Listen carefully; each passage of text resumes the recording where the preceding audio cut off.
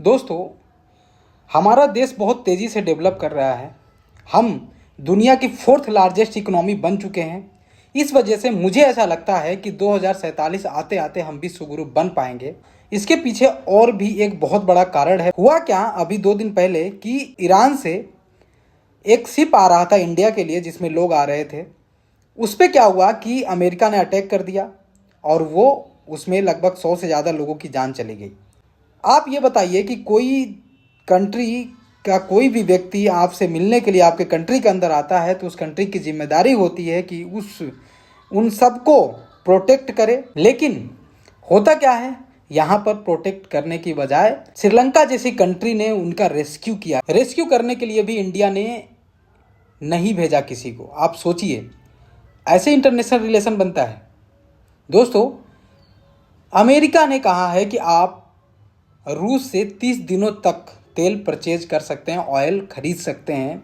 ऐसी सिचुएशन आई है कि आप बताइए कि दूसरी कंट्री आपसे कह रही है कि भैया आप ये करो, ये मत करो। ऐसी स्थिति आई है।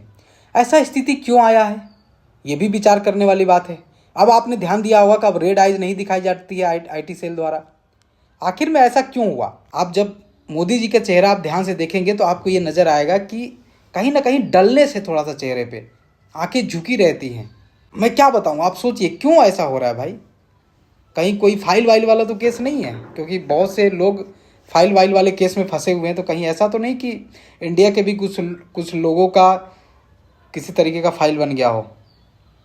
आप बताइए, क्या ऐसी कोई बात है क्या? तभी तो इतना डरने वाले तो नहीं है।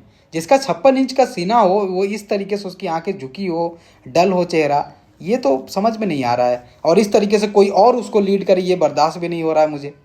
हमारे 56 इंच के शेर को कोई और लीड करे, ये मुझे नहीं बर्दाश्त हो रहा है। अच्छा ये बताइए कि जब ब्रिटेन हमारे देश में था, जब हम कॉलोनियल पीरियड में रह रहे थे, तब भी हमारे देश की सिचुएशन ऐसी थी कि ब्रिटेन हम जो चाहता था वही हम करते थे, और आज भी वैसा ही है। आप बताइए, क्या ये कॉलोनी तो नहीं बन चुका है अमेरिका का?